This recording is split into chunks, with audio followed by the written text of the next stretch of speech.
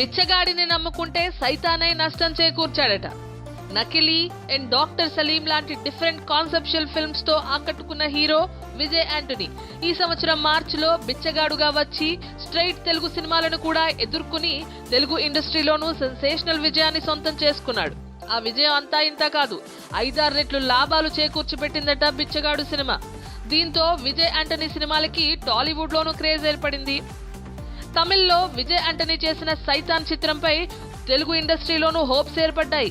పైగా ఈ చిత్రం యొక్క ప్రమోషనల్ స్టంట్ లో భాగంగా సినిమాలోని మొదటి 10 నిమిషాల వీడియోను రిలీజ్ చేయడంతో సెన్సేషన్ క్రియేట్ అయింది అండ్ భారీగా అంచనాల్ని ఏర్పాటు చేసింది. దీంతో తెలుగు నిర్మాతలు, బయ్యర్లు కథ ఏంటో తెలుసుకోకుండా విజయ్ యాంటనీ గ్రేస్ పై నమ్మకంతో 7 కోట్ల భారీ ఫ్యాన్సీ రేటుకు తెలుగు డబ్బింగ్ వర్షన్ అయిన బేతాళుడుని కొన్నారు. తమిళనాట కన్నా ఎక్కువగా తెలుగులోనే అత్యధికంగా 500 థియేటర్లలో విడుదలైంది బేతాళుడు సినిమా. బట్ అన్ని థియేటర్లలో రిలీజ్ అయిన ఫ్లాప్ టాక్ నే సొంతం చేసుకుంది. కనీసం 3 కోట్ల షేర్ను కూడా వసూలు చేసుకోకపోవడంతో బయ్యర్లకి, నిర్మాతలకి దాదాపు 4 కోట్ల నష్టం వచ్చిందట.